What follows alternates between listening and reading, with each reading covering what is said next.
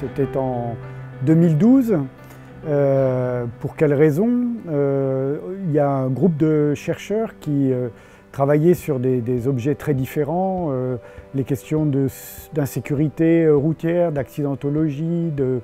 comportement des piétons, des questions d'usage de l'espace public, des questions de politiques urbaines, entre autres. Et qui ont constaté ensemble, donc la raison pour laquelle ce groupe s'est constitué, c'est que nous avons constaté qu'il y avait d'une part une forte demande sociale concernant la marche en ville, avec des préoccupations concernant l'insécurité routière, la pollution, les pathologies liées à la sédentarité, les questions de qualité de la vie urbaine et d'attractivité. Mais nous avons aussi fait le constat que les connaissances étaient très fragmentées et que les autorités publiques avaient des difficultés à concevoir des politiques pour favoriser la marche en ville.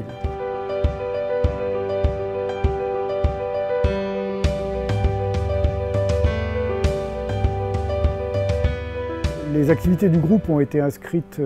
dans l'optique, dans la perspective de la recherche-action avec des collectivités territoriales. Cela a commencé avec la mairie de Paris,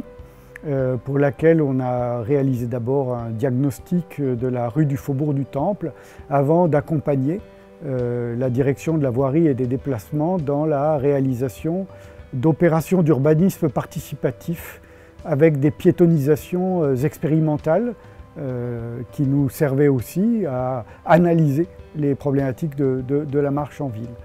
La deuxième opération importante a été réalisée avec le conseil départemental du Val-de-Marne,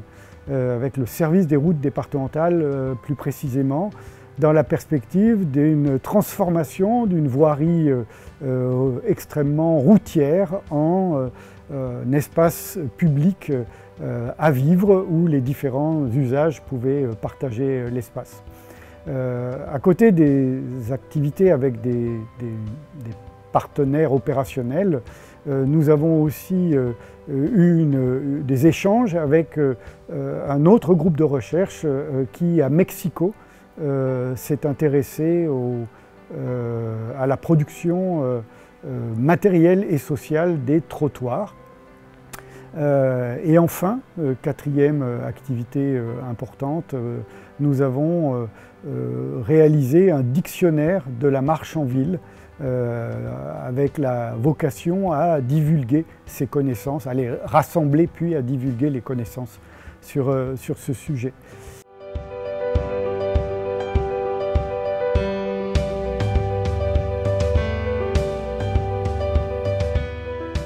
Et cela nous ouvre comme perspective de développer une notion qui a émergé au cours de nos activités, qui est celle d'infrastructure pédestre,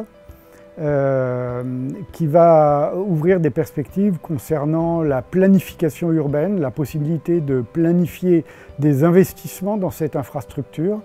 avec en particulier l'objectif de permettre une meilleure coopération entre les différents services qui s'occupent de l'espace public, notamment les services de la voirie d'une part et les services des espaces verts. Alors avec cet élargissement, on espère pouvoir ouvrir à d'autres collectivités territoriales, voire à l'échelon régional.